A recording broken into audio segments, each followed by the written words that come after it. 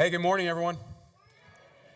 For those of you that don't know me, I'm Bill Lamore, lead pastor here at Calvary Fellowship, and I'm so thankful and happy that you're here to worship with us today. I also want to say hello to everyone, lots of folks online. I was just checking in with you guys a few moments ago. We're glad that you are here and engaging with us today as we continue in our ChangingU series. Let me ask you a question. Have you guys ever had your back up against the wall and you felt so boxed in that you either didn't have any options or that whatever option you may have had seemed fraught with danger, highly risky, and prone to failure? You ever been in that place? Guess so. You're not alone. See, thousands of years ago, God chose to reveal himself to the world by creating a nation from a man and woman, Abraham and Sarah, whom he called and to whom he promised, I'm going to bless you greatly, but also I am going to bless the entire world through you, which is incredible. But if you read their story in Genesis, you see that they sure had their challenges, and this nation that God created had their challenges. So these people, this man and wife, settled in Canaan, the land that God promised them. But as we see in the story, again, there's lots of challenges. Not too far along, Joseph, one of Abraham's descendants, was sold out of jealousy by his brothers into slavery and brought to Egypt, and his reward for faithful service there was to be falsely accused and thrown into prison. And not only that, he was forgotten by those who he helped that promised to help him out. So you could imagine Joseph saw no way out of his troubles. And yet eventually, God raised him up from prison to the palace. And Joseph became second in command of this nation that he had entered in as a slave. And from that position, his wise moves saved Egypt from famine. But also, this group, this nation that God had called, it saved them because Joseph reconciled with his family. And then that family and these people moved into Egypt to take refuge. And they grew there. And it was only, though, in that moment of reconciliation that we have the perspective that God had all along, that he had a plan, even in difficult moments, for greater good. So time passes. Joseph and Pharaoh and all those people die. And again, this group, this people really start growing into a nation that's inside Egypt. And then the people, the Egyptians, begin to perceive Israel as a slave. And so they treat them poorly and they force them into slave labor. And over time, they're treated worse and worse. So God raises up someone else from his people, this nation, and he instructs Moses, his new leader that he appoints. He says, I want you to go tell Pharaoh, the most powerful person in the world, let my people go. Which is totally insane. But God assures Moses, I will be with you. But then Pharaoh's heart hardens, and despite 10 plagues that God drops on him, one worse than the other, he won't let go of his slave labor until finally, the 10th brutal plague, he finally relents. So this group of people whom God had promised to bless and had blessed, and through whom he promised to bless the entire world, were finally free, and they run out of Egypt after 400 years of oppression. But they don't get far before Pharaoh thinks, what have I done? And he sends his best soldiers to retrieve his free labor. And then this tired, oppressed group of people stood there helpless, boxed in on one side by this massive Red Sea through which there was no way for them to get past, and boxed in on the other side by these chariots, horses, and soldiers that were furiously aiming right at them. What would you do? You'd probably do what they did. You'd get upset. You'd get frightened. You'd complain. God, why couldn't you just leave me where we were and leave things the way they were? Because it wasn't so bad. And yet now in this place, why didn't you just leave us Egypt? Because here we are, and you said you're going to free us, but all of a sudden we're doomed and there is no way out. And Moses, the leader, basically tells them, hey, listen, guys, it's going to be okay. Don't worry about it. Trust God. And then you can imagine his prayers. All right, they're calm. God, what are we going to do here? He's probably freaking out to God. And then Moses does something that sounds like something completely crazy to do in this situation, and yet God tells him to. So he raises his hands and obeys God, and then God does what only God can do. and he parts the Red Sea. So this people through whom he had promised to bless and through whom the whole world would be blessed, this passage opens up. It's uncanny. Nothing like this had ever happened before, and yet God opens it up so they can safely cross over. And then when the enemies continue to chase after him, God just releases that. The waters close in and come on top of them. They are destroyed, and his people are freed. And here's sort of what happened, and this is the big idea for us today, and it's this. And if you have your ChangingU notebooks, this is the lesson you want to write down. When people see no way, God makes a new way. You ever experienced that in your life? Listen, that's exactly what the prophet Isaiah highlights when he recounted this event. If you have your Bibles, open it up to Isaiah in the Old Testament. Isaiah was a prophet, taught a lot about Jesus and foretold it. But we're going to talk about, he recounts this event, and listen to what he has to say. Isaiah 43, verses 16 through 19. This is what the Lord says. He who made a way through the sea, a path through the mighty waters, who drew out the chariots and horses, the army and reinforcements together. And they lay there, never to rise again, extinguished, snuffed out like a wick. Here's what God says. Forget the former things. Do not dwell on the past. See, I am doing a new thing. Now it springs up. Do you not perceive it? I'm making a way in the wilderness and streams in the wasteland. Now notice, in these words, in verses 18 and 19, it's the Lord speaking, but before that, Isaiah is describing him, and he's talking about how this Lord is the one who did this amazing thing at the Red Sea, and he sets this up for the context to say that this is who this God is that we serve, and he talks about the even greater things, like just like God made a way in that moment, God is going to make a way for us even now. And he says, God says, forget the former things. Do not dwell on the past. You see, former things are things that we can often tend to cling to. They can be good things. They can be good days or good ways, but they are simply the past. God wants to do something different. It can be bad things sometimes that we cling to, maybe that we found comfort, the comfort of familiarity in, like Egypt. It wasn't a good place, but sometimes we're afraid to leave what's a difficult season because we don't know what, it's kind of like the devil you know versus the devil you don't. Or former things could be the sting of failure that you've experienced. Maybe at some point in your life you sinned in a really bad way. You've let God down. You've let people down. Whatever it is, God says, forget. This word forget is an intentional neglect. He says, stop ruminating on these things, these former things, because God wants to do something different. God says, see, I am doing a new thing. Do you know that God doesn't always do the same thing? And he doesn't even do new things in a way that we expect. Sometimes, when we look at what God is doing, it looks really bad. But like Joseph, we can only see the beauty of what God is doing with the perspective of time rather than in the midst of the painful process. So new is good, but it can be really hard because it challenges the status quo. So God's people, if you think about it, maybe they might have stayed in Egypt forever without a big shakeup because as challenging as it was, there was just enough comfort to maybe overcome the pain of change. But again, God had a world to bless, and God had something bigger in mind than just them or their deliverance. And God says, now it springs up, this change. Do you not perceive it?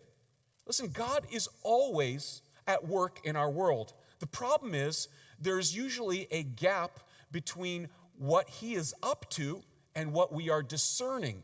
He's calling us to get in on the new thing he's doing and the way he's making it. So to answer God's question, no, we don't always perceive it.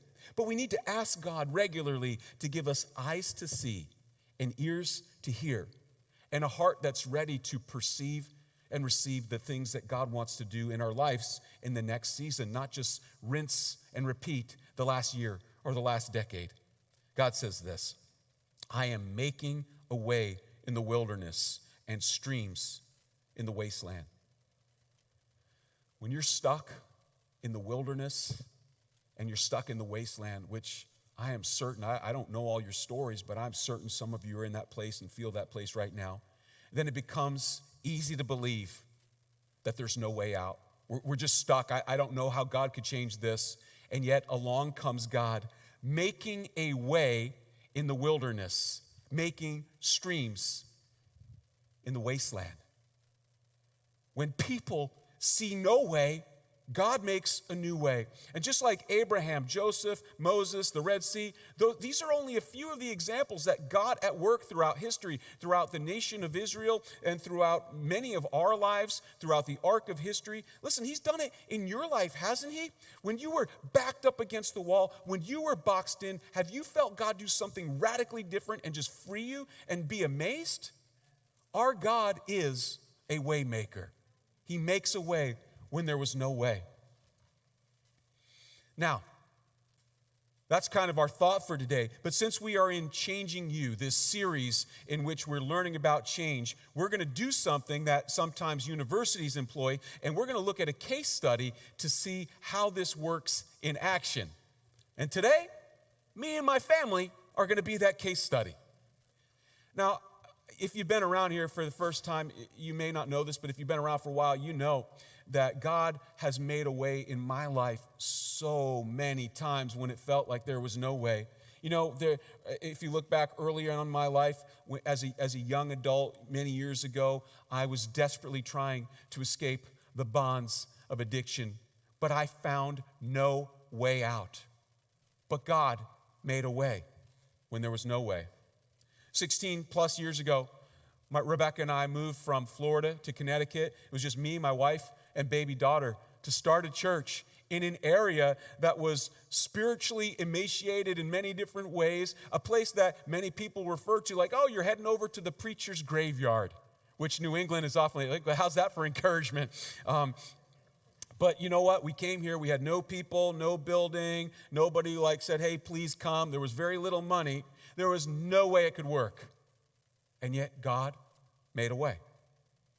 Including, recently when the world went through a worldwide pandemic that kept churches from doing the most basic thing we do, and that is coming together, meeting together as a people to worship God in the name of Jesus. And we were displaced. We got kicked out of this building. So we were nomadic, moving from ball fields to theaters to your living room through technology and just striving to get back to a sense of normalcy. And look, I didn't know what the way was, and it looked nothing like we thought it would, but each step of the way, God made a way when it looked like there was no way. And so today, basically, I want to just tell you the next chapter of God making a way when I saw that there really was no way. And I'm going to need you to put your seatbelts on and get ready today, because there are some moments of difficulty and sadness in what I need to share. But at the same time, I hope it's overshadowed by a sense of excitement and anticipation as we lean in and perceive a new thing that God is doing. And listen, I'm going to get very personal with you today, and I'm sorry if that makes you uncomfortable, but you need to understand the full picture to understand the bigger picture of what I perceive that God is doing. And by the way, if today is the first time you visited our church, well, you came at a really weird time. Oh, we're so glad you're here. All I'm going to tell you is this is either going to be really crazy or really cool for you. I don't know which. So all I'm going to ask is please promise to come back another day when things are a little more normal, and we'll go from there. But listen, let me start with my Red Sea moment, the conundrum that I was in first.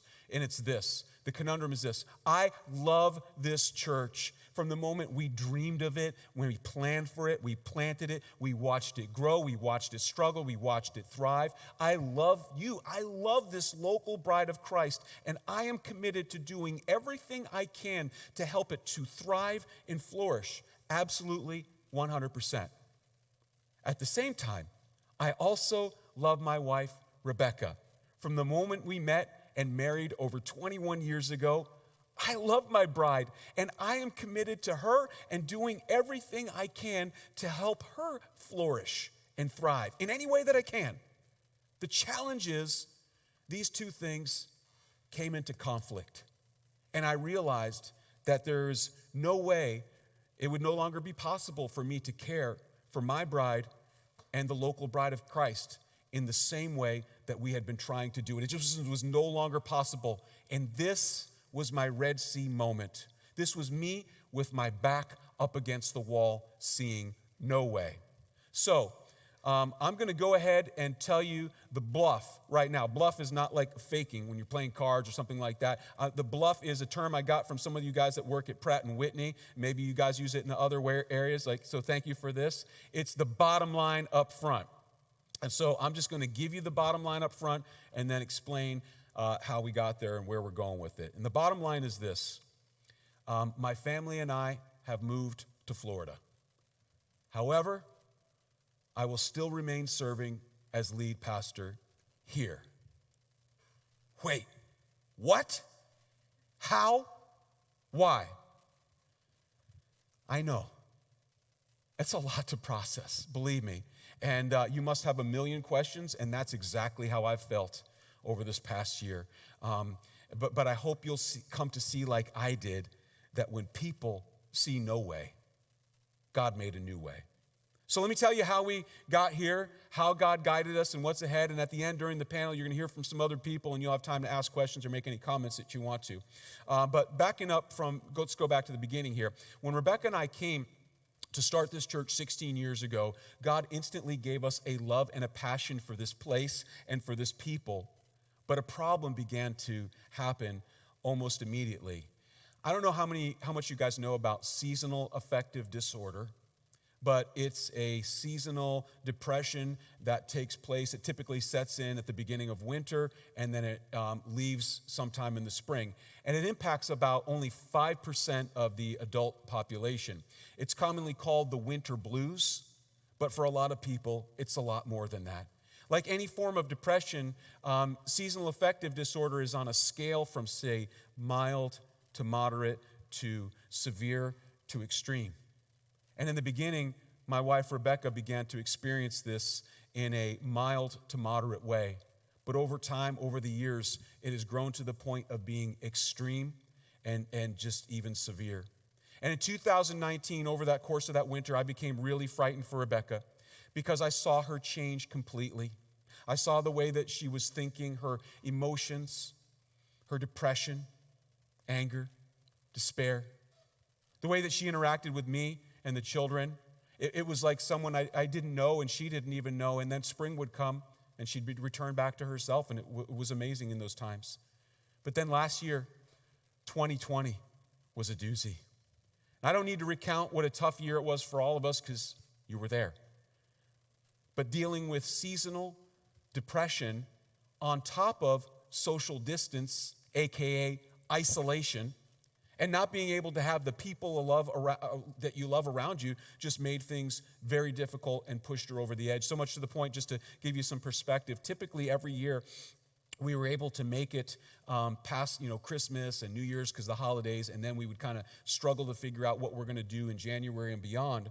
But last winter, we didn't even make it through the second week of December before Rebecca had a complete mental and emotional breakdown.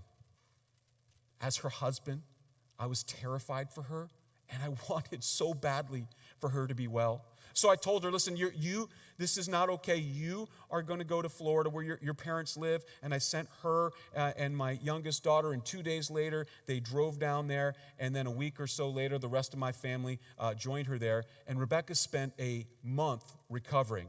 And the good news is this, is that Rebecca was basically like this wilted flower that was then taken and planted in this new soil. And it was healthy for her, and she began to thrive again and to flourish and to come back to life. The bad news is that after that began to happen, after 8 to 10 days, and she was feeling a whole lot better, she told me how severe it had actually become. She told me she had not only considered suicide, but that she already knew how she was going to do it.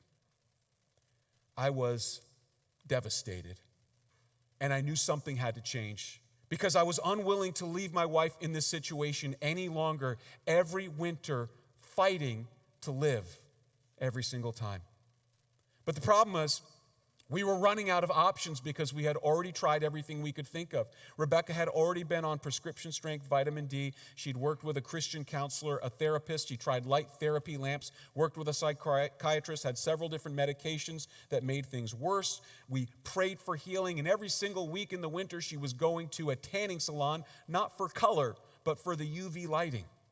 And just so you guys know, winter in Florida, we have plenty of sunny days, but the problem is if you look up the UV ray index, it's not very much even on a sunny day here in the winter. So it really doesn't do very much. So we came back from that trip in Florida in late December, early January.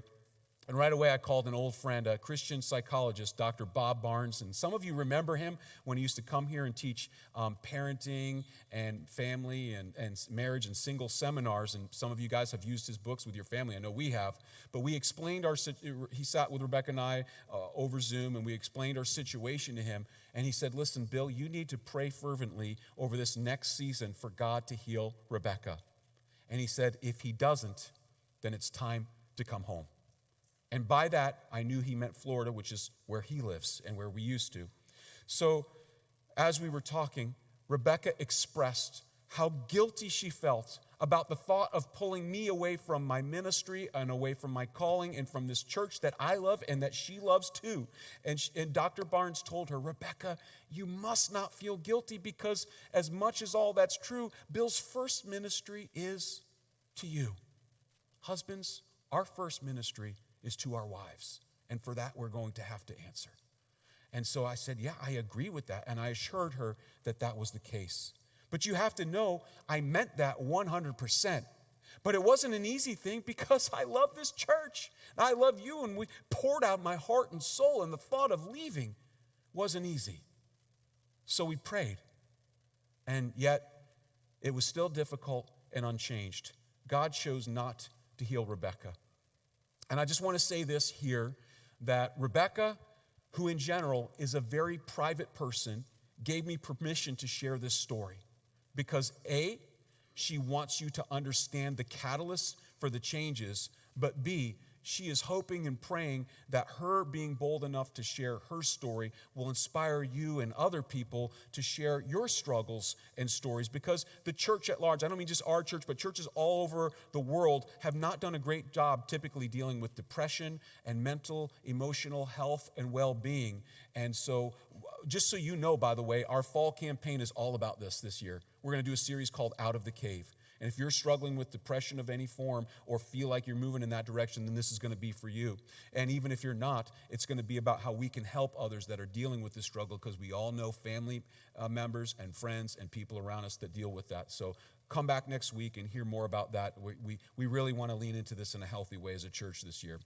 But so Rebecca asked, after we realized that we didn't receive the healing. And listen, we don't know. We just trust God. But God doesn't always answer our prayers the way that we think. So Rebecca and I then planned a 4-day trip afterwards to return to Florida and to pray and explore and see what God would do. Now, while we were there, we were all over the state. But we really gravitated, back when we were back there in December and January, we really gravitated to a place that we had visited before but never really lived, and that's Sarasota. And it's a town very much like West Hartford in terms of demographics and size, except it's tropical. But beyond that, it's a lot like West Hartford. And so it's a town that right away we were drawn to, much in the same way we were drawn to Connecticut when we moved here. Now, while I was there, we were just so, like we talked about last week, when you're in the middle of change and confusion and uncertainty, one of the things besides talking to God is you need to talk to people. So I called one of my friends, one of our board members, Chris Gepner, and I told him about our trip, what we were thinking and pray about, and how we were thinking about this, but I didn't really want to leave our church or think it was wise for the founding pastor to leave a church in the middle of a pandemic, without a permanent church home, and with so much uncertainty and chaos in our world. And this was how Chris responded to me.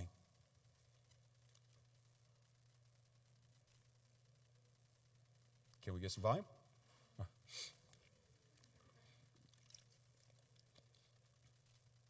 And I'm the pastor at Riverbank Church, and we have locations in Vermont, New Hampshire, and I have the distinct honor and privilege to serve on your board of directors. And I'm a great friend of your pastor, Pastor Bill Lamori, and I'm just so proud of Bill and Rebecca, thankful for them. But I wanted to share with you guys a really cool story from a few months ago. Bill and I were having a conversation, and there were two things that happened in that conversation as we were talking. And I said, Bill, first of all, in our conversation, I'm recognizing that Rebecca is not going to make it another winter. And as her husband, you need to recognize that, be honest, and protect her. And then secondly, another thing I'm noticing is you're not released from Calvary. That this calling is as vital and vibrant in your life now as it ever has been. And I told him in this conversation, Bill, I want you to know it's okay to dream. It's okay to dream a little bit now.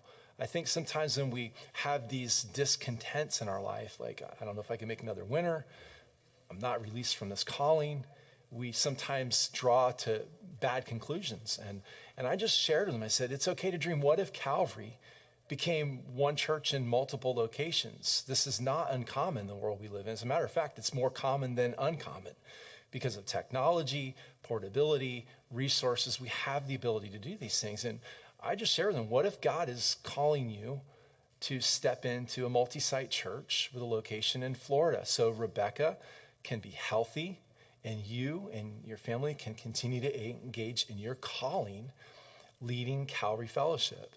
And when I shared that with him, it was like a light bulb went on with Bill. And since then, we've been in conversations. I believe that God is beginning a new season at Calvary. And you can't be afraid of that. You can only embrace that because God, the God we serve, is capable and able of doing things that maybe in our own mindsets don't make sense. And so I believe God is up to something. I hope you're excited about this new season. And I believe that your best days are ahead. God bless you guys. I love you. And I hope to see you soon. At that moment, my friend Chris, ever the visionary, gave me something that we all need from others sometimes. And that is the permission to dream of a new way. So while there in Sarasota, Rebecca and I prayed, we talked, we explored. And while I wish I could tell you that the clouds parted and an angelic voice said, "This is the way," right? Wouldn't it be easier sometimes in life if that happened? And yet God instead wants us to trust him, to get the pieces and to pray a lot and to talk. What I can tell you is that God instantly gave us a love for that town and a peace about being there. So when I came back here, I spoke to my friend Bob, who's down further south in Florida, in Fort Lauderdale. He's a good friend. He's on our board. He's a church planter, author, and strategist. And he said to me, because listen, he and I have been talking about this for years. He's been watching it get worse, and we've been talking about what to do. And I told him about what Chris said, and he says, Bill, this idea is brilliant. It's the wisdom of Solomon. It solves the irreconcilable dilemma we've been wrestling through. And he says, why don't you come down here, spend a day with me, and then we'll put together a plan for what this might actually look like. So we mapped out a plan with me, with us living there, but me flying back 3 out of 4 Sundays per month, Saturday to Monday, to do the live services on Sunday, meet with anyone who wants to meet with me on Sunday, and then do the staff meetings on Monday before returning with my family later that day. And Jalith, who's not only is she an amazing worship leader here, she is also my executive assistant and administrator at Calvary, but she does my schedule, so you guys need to pray for her because I am a challenge. But God, I feel like, you know what? You owe me a debt of gratitude because God's building so much character in your life through this. How's that for spin? But in all honesty, here's what Jalith said to me. She says, Bill, this plan works so well because in all honesty, it doesn't impact most people from the way they typically experience Calvary because the rest of the week, you're either writing messages, doing strategy stuff, or planning, and you can do that from anywhere. And if people need to meet with you before you're back next week, there's always Zoom, which you've been meeting with everybody on for the past year and a half anyway. Which again, God can use anything to make a new way in a season of change. You see, I believe COVID for my family was a catch-22 and in this whole season because I believe that with everything that happened, it pushed probably sooner what might have been a natural progression of seasonal affective disorder getting worse. But at the same time, it opened up new doors because it changes the way that everyone operates, including churches, with technology and how people's receptivity for maybe what would have seemed crazy a few years ago, maybe something like this would have been rare, but it's become more common living in one state, working in another. I know for many of you, that's the case where you are right now. And so all of a sudden, Calvary 7.0 was beginning to come into greater focus. God says, do you not perceive it? I am making a way.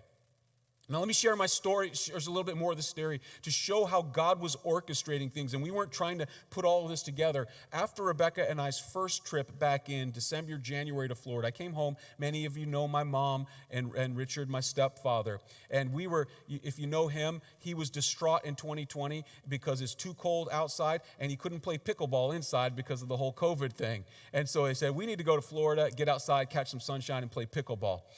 So they took a 3-week trip down there. And as God is my witness, I didn't say anything to them other than they knew we were there, but we didn't say anything else about what we were kind of wrestling through. And I told them, all I said is, you should check out Sarasota while you're there. We really liked it. And so they did, and they came back, and after the first week or so after my mom got back, she was acting really weird around me and just kind of like elusive. And I just said, Mom, what's going on? And I could see on her face, I said, you're moving, aren't you? She said, yeah, we're moving to Florida. She said, we're moving to Sarasota. And I was like, oh my goodness, because God did that. And I said, Mom, wait till you hear this. Yeah, I don't like to one-up people, but I said, check this out. And so I explained to her what had happened, and God did that. Like, I did convince them to move from Georgia to Connecticut. I did that. Like, I did a whole sales pitch, full court press, and they came here. But that's what made me feel guilty about the thought of us leaving is, how do I leave my mom and Richard? This is not a place to come to retire to. It's a place people move away from typically to retire. And so, but they were here. And so that God answered not only the prayer that they wouldn't be left here, but also that we would have family still 10 minutes away like we had here. And that was God's gift to us because he did that simultaneously in both of our hearts without either of us comparing notes.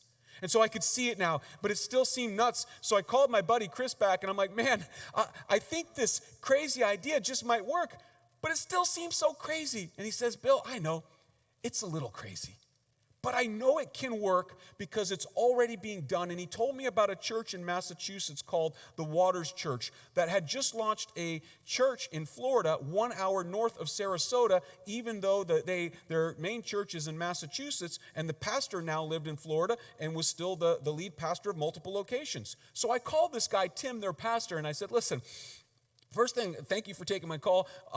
I just got to know, as a church that was in Massachusetts, what in the world motivated you to move to Florida and start a campus there as well? And the first thing he said to me is, Bill, have you ever heard of seasonal affective disorder? I said, yeah, Tim, I've heard of it. And he went on to tell me, in this case, it wasn't his wife, it was him. He's a native New Englander, but when he got to his 30s, it got to be so severe that he actually felt, I'm not going to be able to continue in my call anymore. And he went to his church and talked to them, and they said, well, why don't we instead look at this as the opportunity to expand the kingdom of God and to expand the ministry there? And he said, and it was amazing. And then he said, Bill, do you know how us pastors in New England like to complain about how much harder it is here than everywhere else? I said, yeah, Tim, we do like to complain about that. He says, well, it turns out it's true.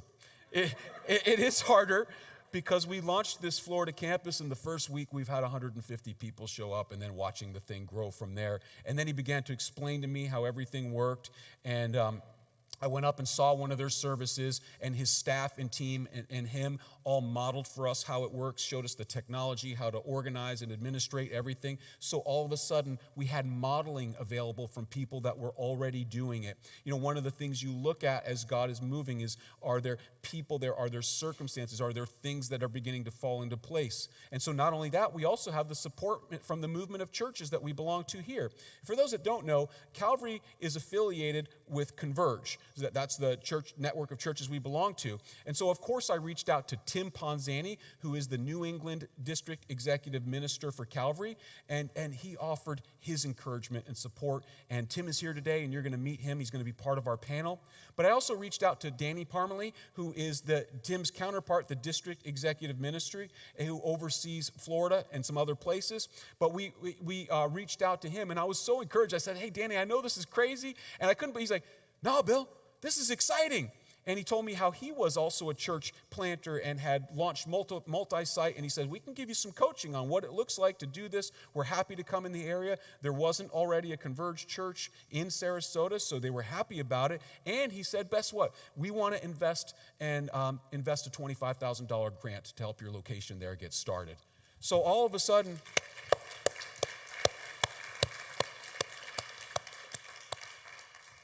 so we were so appreciative because we had not only coaching support, moral support, financial support, lots of good things. By the way, Danny's here today and flew in for this, so you're going to meet him here as well. He'll be on the panel.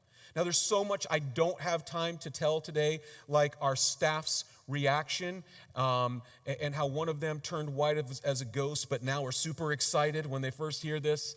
But you're going to hear more about some of their stories and the response to change and how God navigated them through this. But as Nicholas has said to me recently, God isn't just doing these changes for the Lamoris. Nicholas said, he's doing it for me. Because he's so excited about his new role as campus pastor here at Calvary and what that's going to look like. And I'm excited for him too because he's earned it and he has the credibility to step up. But he also said this. He said he's excited about what this will do for us as a church because it means we can't just be complacent.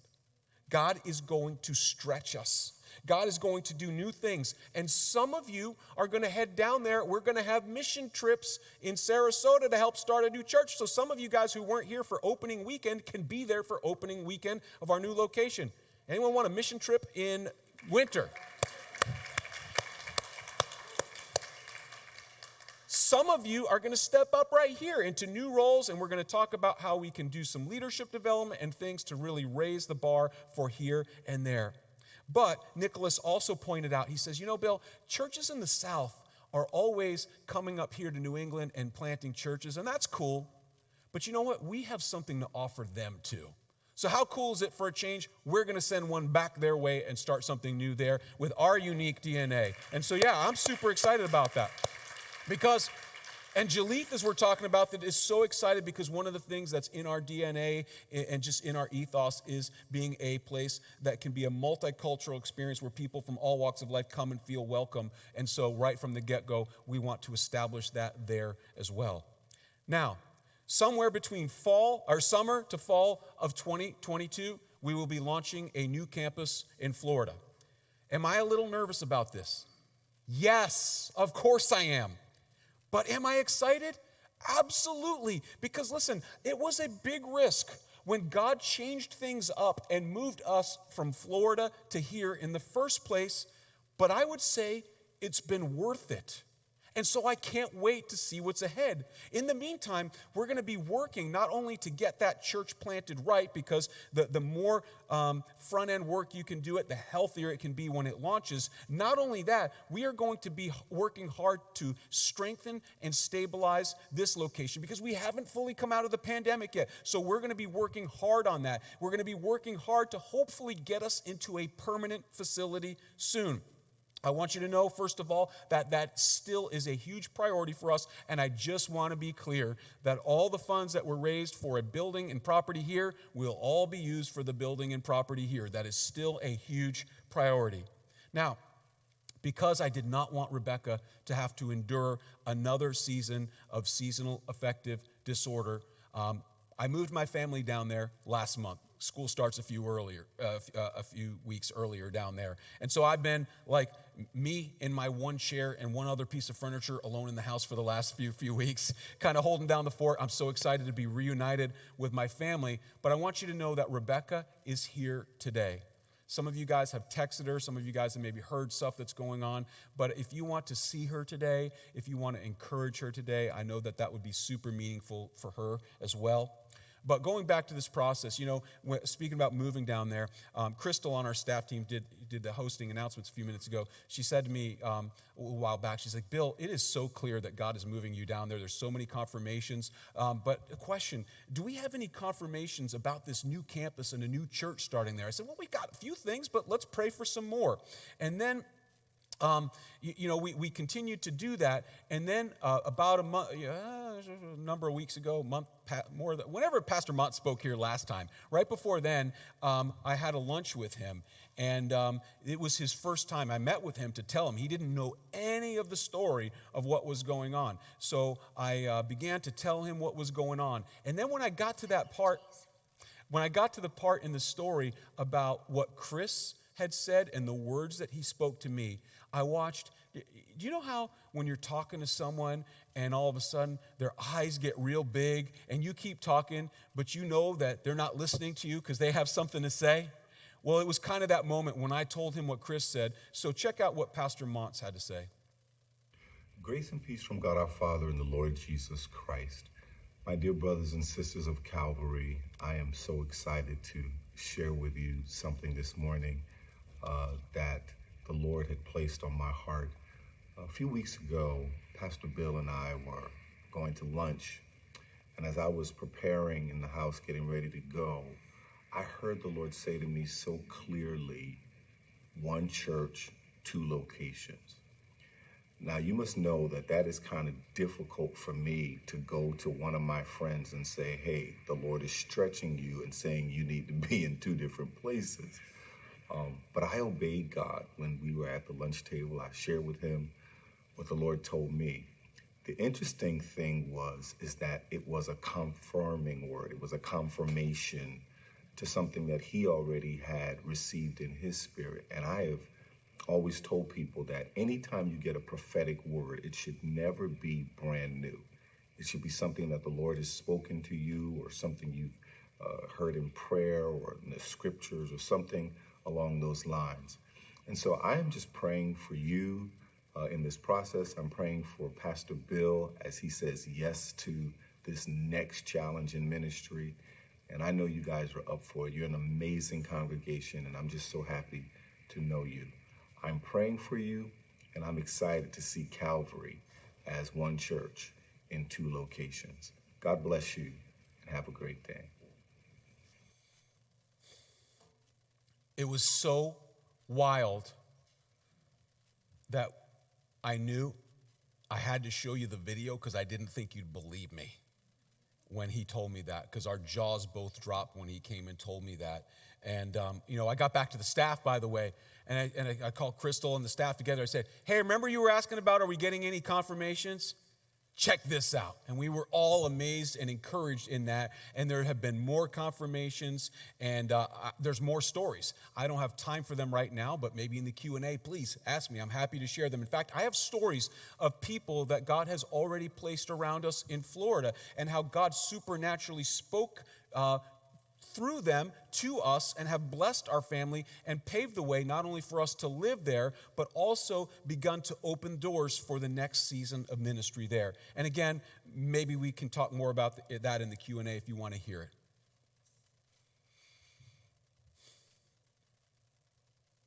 It's a lot to take in, isn't it? I know it is. I'm pretty sure you have some questions and some comments, and we're going to open up for that shortly.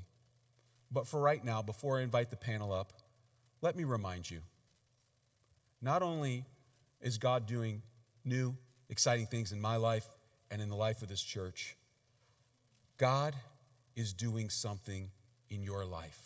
God is making a way when there is no way. God is also up to something new in you. And I hope that you see from his word, and maybe even from our story, that when you are up against your own Red Sea moment and there is no way out from whatever it is that is challenging you and making you feel stuck and trapped or even doomed, that God can make a way that you could never dream of or would never come up or invent on your own. When people see no way, God makes a new way. And today I want you to remember this.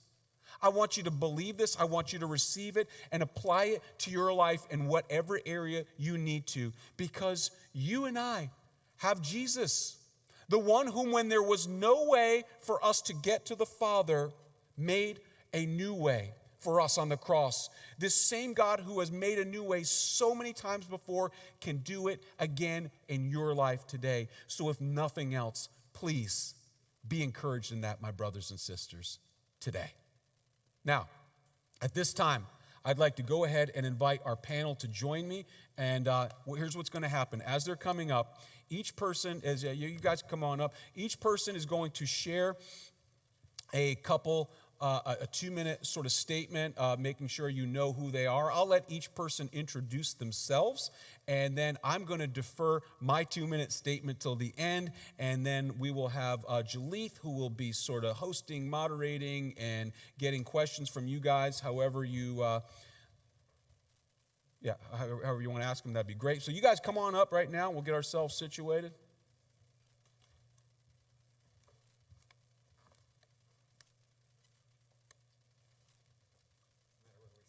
You know what? I'm going to take the back seat because I talked a lot, so you guys can sit wherever. Yeah, that's why I picked this one to say first. All right. Everyone feeling good? Like that? There's 4 of us up here on this stage extension that we put up every single week, so big thanks to the crew who always make things happen and keep us from dying. So we appreciate that. You know what? I'm going to ask Tim, if you don't mind starting us off. Oh, Do you want to come? I'm Pass sorry. him Dan's mic. Yeah. You sit here, then the two of you can shut up. All right. All right. Yeah, you're going to want a mic.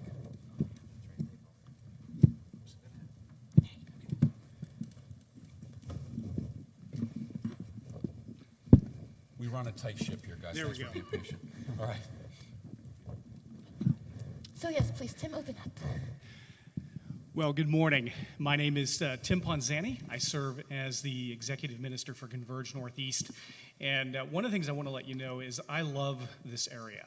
You may not know this, but I live about 5 miles, whatever direction Avon is. And I served Valley Community Church in Avon for 14 years and then moved into this role. And I actually coach track on that track right next door. One of the things I do in the community is I coach track middle distance runners at Avon High School. And Conard and Avon had some really good runners this year. And so I love this community. I love reaching people with the gospel. That's why I coach track, because it keeps me involved in the community. I love the partnership that we enjoy with Calvary Fellowship. And when Bill first told me about this idea, I'm like, ooh, wow, interesting.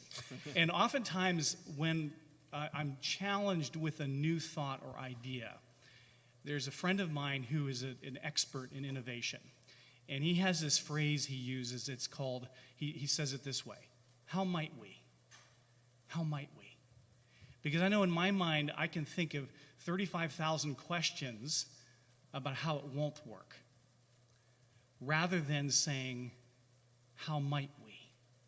And the other thing I want to do is I want to call attention, because I've been living in Colossians 3 this summer. And I mean that, because I ran across it in my devotions. And I think there's a phrase that's applicable when we have questions or doubts. And it may be a little out of context, but think about this: when you have questions, concerns, or thoughts that are a barrier. If then you have been raised with Christ, seek the things that are above, where Christ is seated at the right hand of God.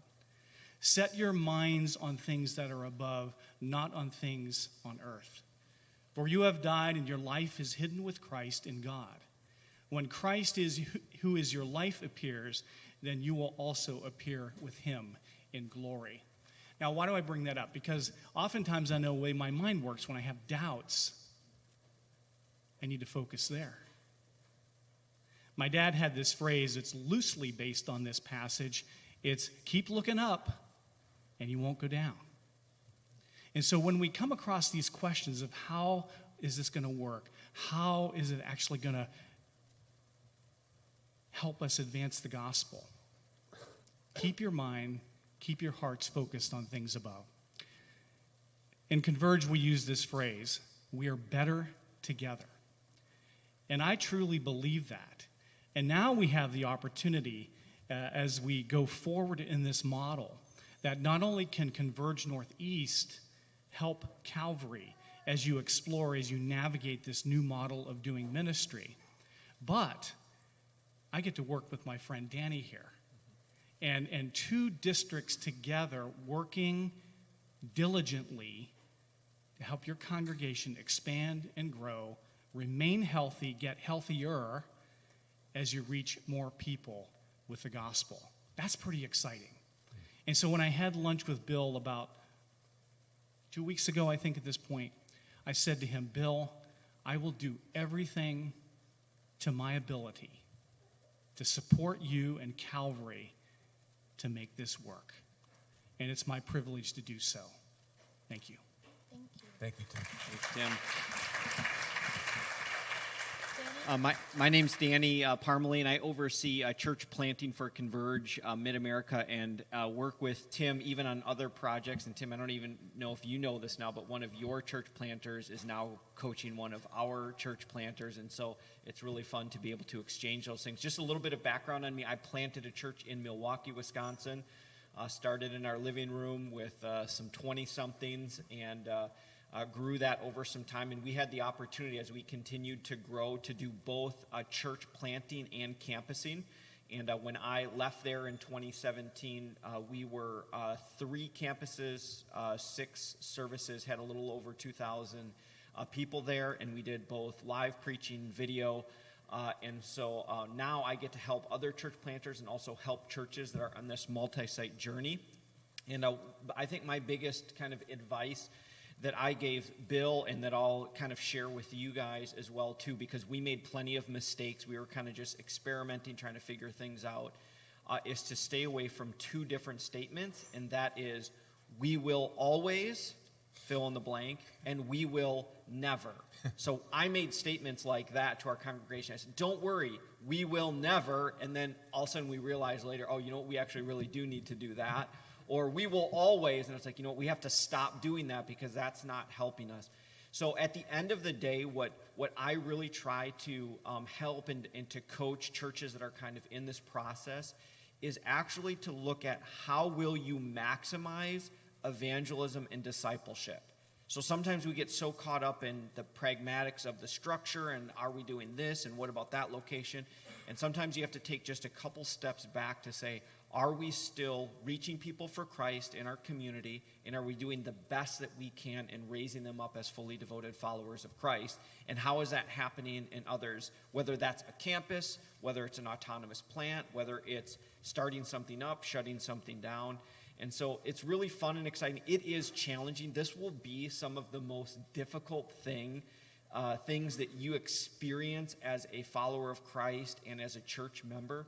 But I will tell you that when you put yourself in that position before the Lord to be able to be used by Him, you're also going to see God work in miraculous ways. So it's a pleasure to be able to serve you in that way. I really wish I could have brought one of those big checks. I've always wanted to do that, but TSA is a little. Time. Yeah, TSA is a little bit. You know, they don't want you to bring any big things like that. So, but we're excited to partner with you also just in that area.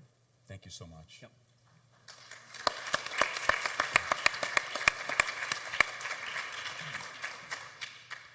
So I think most of you know me. I'm Nicholas. I've been a part of Calvary since 2005, pretty much when it started for the first time, and have been heavily involved ever since, taking on more and more responsibility. And I've been the serving director here for almost 10 years. So many of you will probably have visions of me chasing you down the corridor to try and get you to step up and serve in some capacity. But for the last 6 or 9 months, I began to feel uneasy, thinking that, I've been doing this role for a serving director for such a long time. Maybe God's going to challenge me to do something else. And so I went to speak with Bill about it, and he said, maybe we might have a role for you down the line. And then there was the big reveal to the staff as to what was going to be happening. And Bill said that a member of the staff went as white as a ghost and had to leave. Spoiler alert, that was me. So I felt God say shortly after that, Nicholas, I've been birthing in you this hunger for something new. This is going to be what it's going to be. We're going to make you the campus pastor here in West Hartford. And Bill is still going to be the lead pastor, but he'll be between the two locations. But I will take on more responsibility here in West Hartford. And I look back and I see what God has done to me over the last few years. I want to encourage you to come back next week, but then come back again the following week, where I'm actually going to share my story about how God has changed me and put me now in this position. As Bill said, he's moving to Florida, but we're still going to be Calvary Fellowship. So there's still going to be the stability that we need. We're going to pray that God's going to do some miraculous things, and I believe that he will. But what I'm going to say is I'm no longer serving director, but I'm still going to be chasing you down the corridor.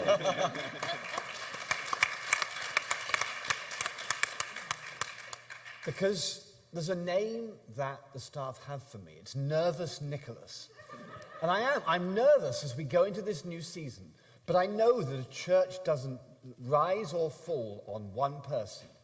God, if he blesses it, is going to do miraculous things. And I really believe that's going to be what's the case. We're going to grow from strength to strength. And then next year, instead of them coming from the south to the north to plant here, we're going to go and show them how things are done. And so I'm really excited about us working together as a church. So if ever you need anything, come find me. And if ever I need anything, you can make absolutely sure I'm going to come find you.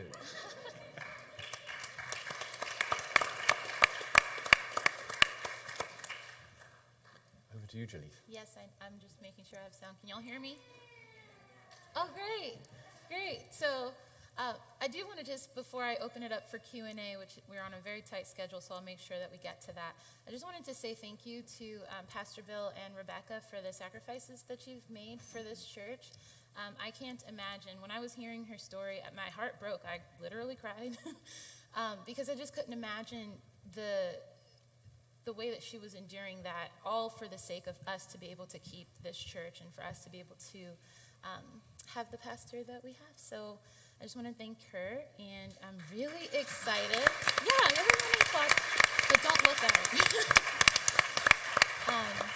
And just to say that I'm really, really excited. I'm so on board with you, Nicholas, Tim, and Danny, about what God is doing here. So with that said, I will now open it up for questions. Or comments.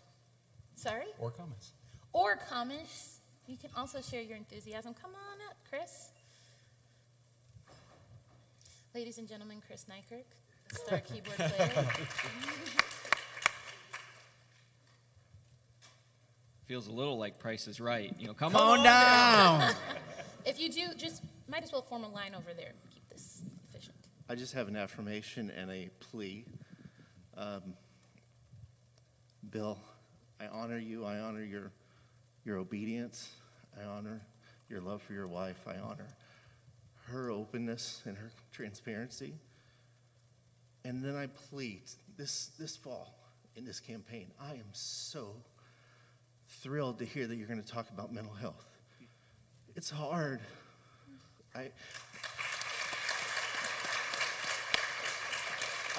I know when you mentioned that statistic, 5%, everybody in here was like, no, it's twice that. It's higher. I was reading really quickly. I was reading Romans 8 right before service. 11 times it mentions death, dying, the wages of sin, all those things. I read it and I'm just thinking, oh God, save me, help me. It is so hard. And so I just plead, don't give the sanitized version. Give the ugly one. I love you, Bill. Thank you. Thank you so much.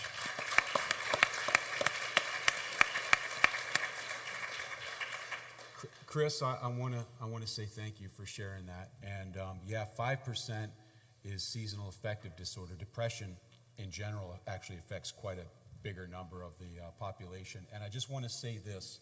Sometimes at churches, we do a bad job in one or two ways. Sometimes we go right to how do we fix it without Jesus. You got to go to Jesus, like Jesus is part of it. But sometimes churches don't recognize there are other factors and say, just pray, and if you don't do this, you don't have enough faith. And you know what? That's not fair to people, because if we struggle with a physical malady like a broken leg, there's compassion. Well, if we have something broken in us in some other way that's leading to depression, we need to have the same compassion and the same trust. And so we're going to look at how to approach this spiritually, but look at it in an all-encompassing way. And yeah, we're going to get into it, Chris. So thank you.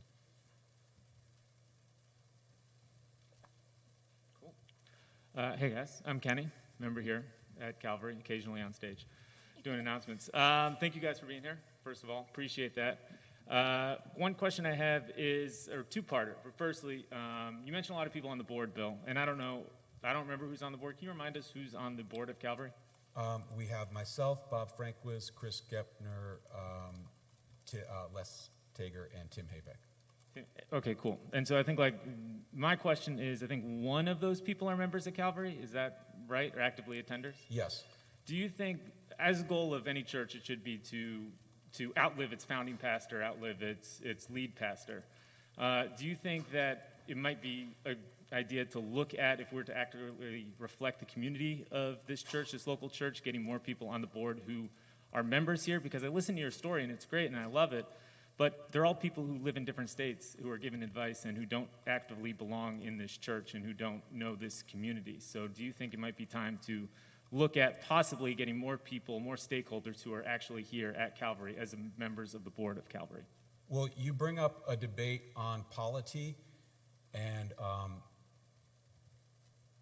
I think you can have that position, but I think at the same time, as I've said multiple times, there's value in that.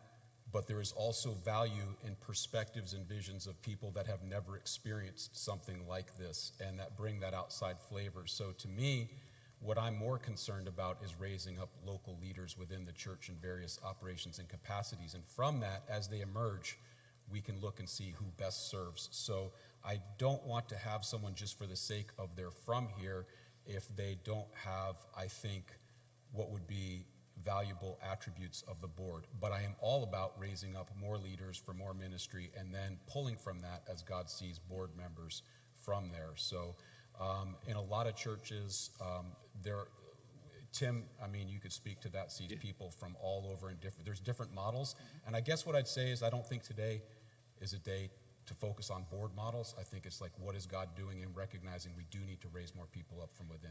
But I'll speak to that a little bit too. And I do think that that's one area where Tim and I can even help, and we've even had even just a few email exchanges with that, so that to look at structure, because it is a totally different animal. Even when you go to multi-site in general, and now you're talking about locations that are very, very different.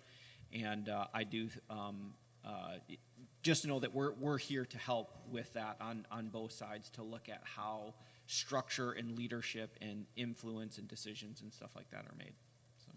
Yeah, and I think that this transition is going to be a catalyst to us developing a leadership pipeline here at Calvary. I know I can't do it alone. I have a full-time job.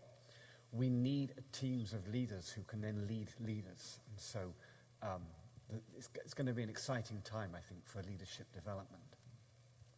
Cool. Thank you. Thank you. I'm short. Hi, church. I'm Emily Oakes. I'm a member here, and also I do the announcements, so sometimes you see me. But I just wanted to take a moment and just commend you, Bill and Rebecca, on your story, on your bravery. I'm so excited for this, and I had an opportunity to sit with you, and you told me the story, and I was like, wait, what? We're doing what? And my first thought was, my heart is here. I love this community. And so when he started talking about Florida, I started going, wait, what about West Hartford? And so that's my heart. But then as I heard your story, I really felt like we can do this. We are not giving up West Hartford. We're not giving up our community. There's so much still to do here, and God is working in this community. So I wanted to share that that's like where my heart is, but I'm so excited. And I also wanted to share like my little testimony is that as we sat in our conversation, I started to get like, wait, what? And he started talking, and I've been sitting on Isaiah all summer, and I didn't know why. And in July, I had a word, or rather 2 words, and he just said, anew. And I heard this word, and I wrote it in my journal, and I had no idea what it meant. And then as I sat down with him, he literally pulled out that same scripture, and in it, I'm making anew. So church, I'm just so encouraged for all of us. This is an exciting adventure. We're going to become 2, but, our home is here, and I just also want to commend you, Bill, because we got this. Thank you, Emily.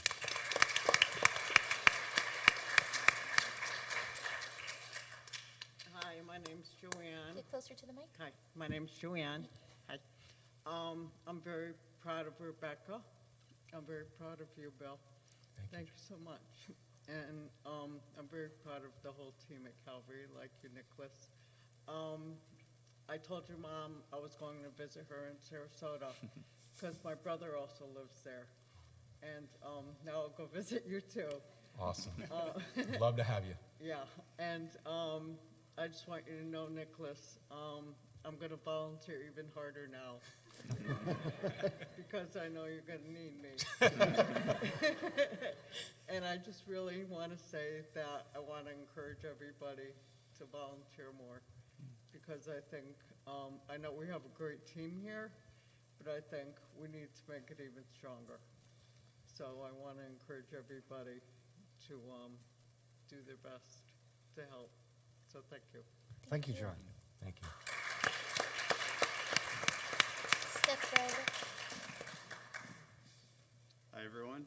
Jeremy Byrne. I've been coming to Calvary for, I think, about 10 years now. And my wife, Jennifer, and I are members. We've got 3 little daughters. And just wanted to share a little bit with everybody, just kind of on what we were thinking. Bill was gracious enough to, share the news with us a little bit early. So we had a little bit of chance to process it before today.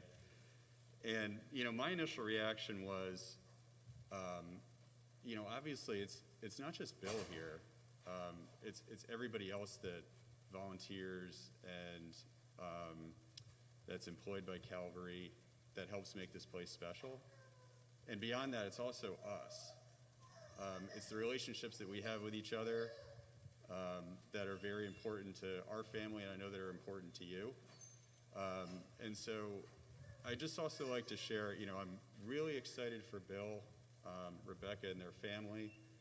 I'm really proud of Rebecca for her bravery. I'm really proud of you, Bill.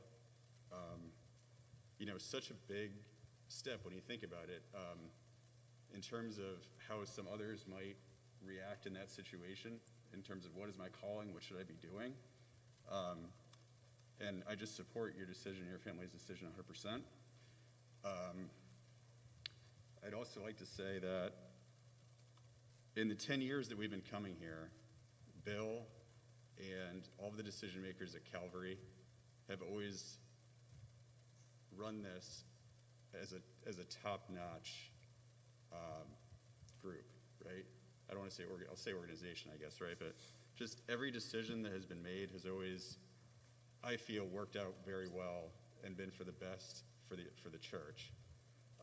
And I just fully believe that that's going to continue. And along with some of the other comments that have been made, it's also up to us, right, as the church body, to further step up and to support everybody else. And I know that we will, as a family, continue to do that and to take on more responsibility. And I would just encourage everybody to do that as well, because this is a very special place.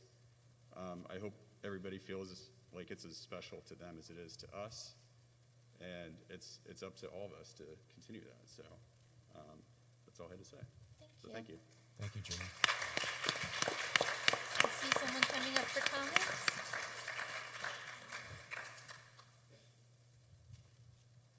Hi, everyone. I'm smiling at everyone on stage behind the mask. Hi. Really close to this Oh, microphone. sorry. There you go. Hi, my name is Rimby.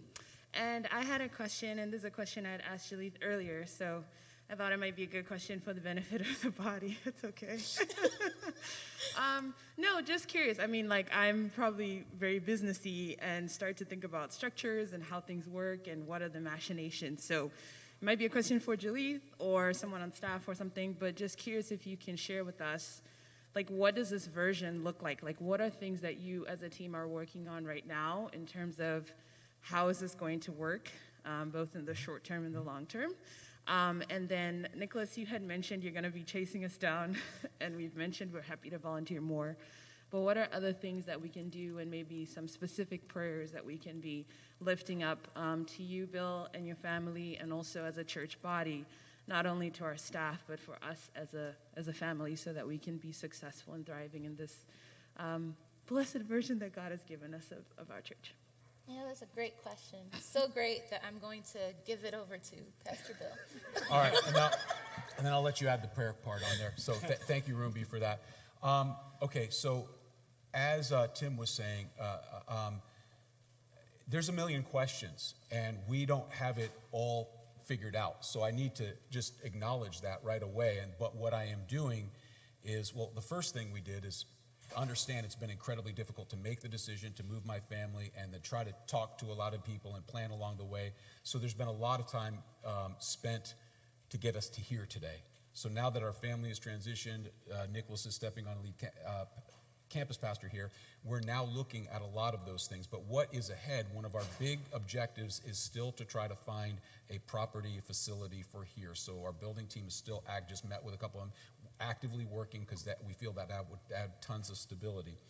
Second is we will begin planning for the plant and trying to nail down a launch date, what the plan for that is going to be for the campus that's going to take place in Sarasota. We'll also be working on leadership development. We had a whole leadership pipeline plan, 2020, our 2020 vision, and then that kind of got thrown to the side. So we're going to dust that off and say, how do we develop more leaders from within? So whatever structures we have, we can have tons more leaders that are actively involved and not just serving, but leading and all of the above. But practically speaking, what this means is we will look at, again, I will be here most Sundays. The Sundays I'm not, we will have someone else that's been teaching live. And I've been very intentional about developing other teachers, and I think we have some great teachers on our teaching team. And part of that has been not just because I didn't know any of this was coming, but it was just like I feel it's healthier to have other voices, but also have time for me to kind of not have that and be refreshed and focus on other things. But it's healthy for our church to hear from other people. So we'll be doing that. So I'll be here most Sundays. When I'm not, you'll be still in good hands. Eventually, when we launch, what I'd love to see is, because people have asked about the sustainability of this. And someone even said, well, wouldn't it be more sustainable if you just didn't do the other campus there? And I said, well, number one, I think we're sensing God directing us to. But number two, I think it's actually more sustainable because over time, it may be where I spend 50% of my time here live, then 50% there live, and we figure out how to stream. But we're a year away from that. And like Danny said, there's a lot of stuff, like there's a million questions. So like you, I also like to look at it from the business side of things, or the practical, and I still have lots of questions. I hope that answers some of them. And I'll just share something really quick too before you do prayer requests, is that when I work with churches on this, because there are so many different ways to be able to do it, it really starts with an evaluation process of asking the questions of what's shared and what's not. So what are you sharing? Are you sharing the name? Are you sharing the website? Are you sharing the budget? Are you sharing the leadership structure? Are you sharing the volunteers? And so you begin to go down this question, and with that, the staff and leaders begin to kind of figure out because people ask, what's the right way to do a campus model or a plant model like this? There isn't one way. It really depends uniquely how God has gifted you as a church congregation, gifted the leaders, and other circumstances. And so it is a process of asking a lot of those questions with, again, keeping in the background what creates the best evangelism and discipleship overall for both communities. So that's one of the things that we do, just help to kind of work through. And as I said again, you just don't say we will never and we will always. So I think as far as prayer requests go, I think you already heard Jeremy say that, one of the things that he's seen in the time that he's been a part of Calvary is that God has moved in a powerful way, and the decisions that have been made God has blessed and God has ordained on people to make those decisions. And I pray now, I think the big prayer request is certainly for the Lamori family as they transition to Florida. It's going to be really hard for them, right? You know, they've been here for many years. Their DNA is in Calvary. They're moving, 1,000 or so miles away. So pray for them, give them comfort. Pray for Bill as he comes to and from. And then pray how you might be able to step up and play a role in Calvary 7.0 here in West Hartford. I'd love to have people, a team of people praying constantly for what God might do and what God might continue to do. And there are a lot of known unknowns, but there are also unknown unknowns. I think it was George Bush who said that. Yeah. And so we've got a lot to work through in the next few months and year. But there's also a lot of stuff we don't know. So praying that God would put on our hearts the direction that he wants this church to go. Thank you all. Sounds good. Appreciate it. Thank you, Ruby. Step right up. Hi, my name's Josh Reed. I'm a newer member here at Calvary, so I just kind of want to give some words of encouragement from somebody a little bit newer because everybody else has been around for a while. First, I would just want to give some words of encouragement. We started coming here back at the ballpark because we actually lost our pastor at our other congregation, and we actually lost 2 pastors within like 2 years because they went into different callings. So I'm super excited to hear that we're doing something different and taking a big step forward and being 2021 really, like this is the new thing, because I saw it go backwards there, like they didn't think outside of the box and they kind of wanted to just try to keep doing things the same, and that then kind of made people realize like we need to do something new, but they were stuck. So I'm super excited for you, Bill, and for Rebecca, and we support you 100% and excited to help make this thing grow. So thanks. Thank you. Thank you.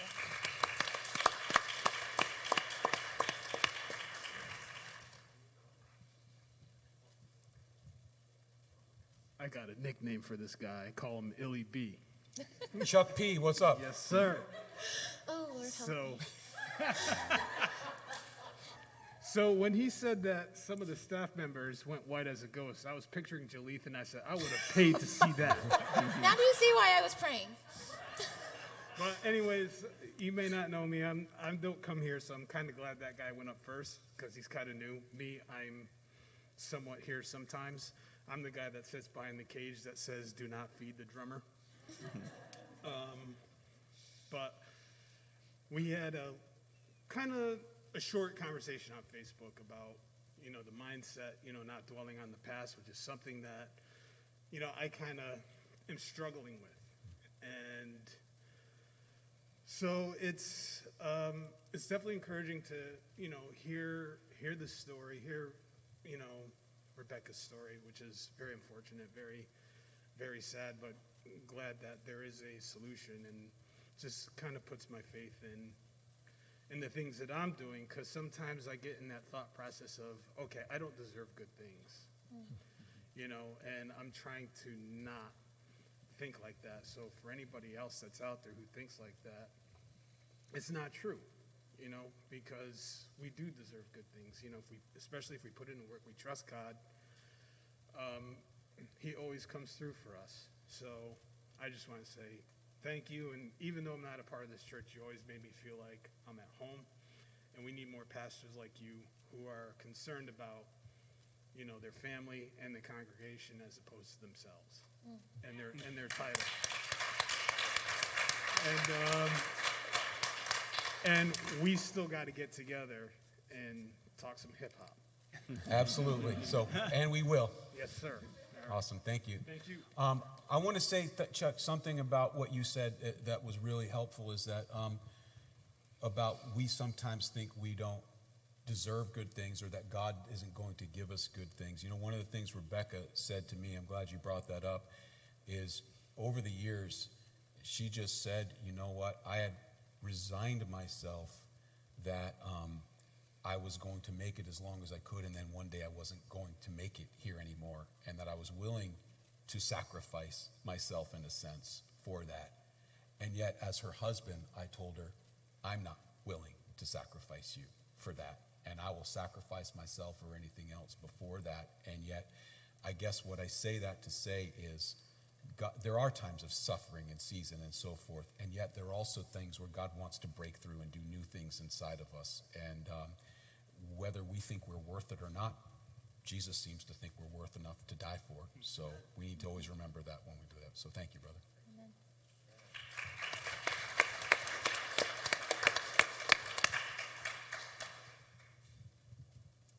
Just looking to see if there are any other questions. I don't see any questions online. I do see that Andy and Carrie Hofer say that they wish you the absolute best in your journey. They know that God is with you and they support you 100%. May God bless you abundantly. And Barb and John are saying, amazing. They spelled it out in all caps. When I saw Pastor Bill's message on this chat, I got a sick feeling in my stomach that he would leave this because I have recently experienced an overwhelming number of significant losses. Now that I've heard his story, I am in total awe and belief that miracles can happen, not only for this church, but for me too. I feel renewed for this journey we have been set out on. Praise God. Come on up. Oh, sorry. Here, let's just put it really close to your mouth. Hello. Hey, guys. I'm Sam. I'm a member at this church, and recently I've gotten to work with the staff really closely, more so than a lot of us get to, because I've been helping out with Calvary Kids while we've been transitioning between Fernie and Debbie, who both did a fantastic job leading our children's ministry. But I was not privy to any of this during any of this. As all of this was going on, and I was meeting with Bill and Jalith and working in the church office, and I just feel like the Lord really wanted me to share this. It's going to be okay. If you're concerned, if you feel like, oh, things are changing, like all of this was going on and everything was running as smoothly as it, like I had no idea. So the Lord I just really feel like it's going to be okay. We're going to grow, we're going to thrive, and this new church is going to do amazing in Florida. So I needed to come up and say that. So thank you, Bill. Thank you, Nicholas. Thank you so much. The rest of the staff. Y'all are. Thank you, Sam. Thank you so much. Want to point out Sam did an amazing job in the transition between Fernie and Debbie, keeping Calvary Kids running even online and all throughout that. So thank you for that. Jim Riker, my family's attended here for a little over 10 years. First of all, I've been trying to think of a tough question for you two, and I'm kicking myself because it just hasn't come to me. But also, like, one common theme I think has been encouragement, and I'm very thankful that we do have folks who've been through this, have confidence in the leadership of this church, but for those who've gone before, to be able to support that, even financially, which I think is the least of the concerns, is very encouraging, and I think just something to lift us up. I really appreciate keeping it simple, and you mentioned several times, maximize evangelism and maximize discipleship, and that's very simple, and at its core, in change comes different opportunities, right? And as I think of those who are still here and online, and even in my own life, right? Through this type of change comes opportunity to focus on growth, discipleship, and how those of us out here can help drive that and support that. So that's the encouragement to the rest of us, right? Is that opportunity. Hopefully God's been tugging on your heart. He has on mine. And just looking forward to those next stages. So thank you. Thank you, Jim.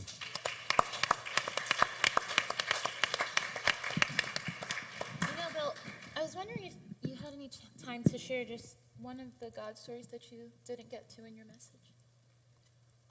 Yeah, and then I'll wrap up after that, if that's okay.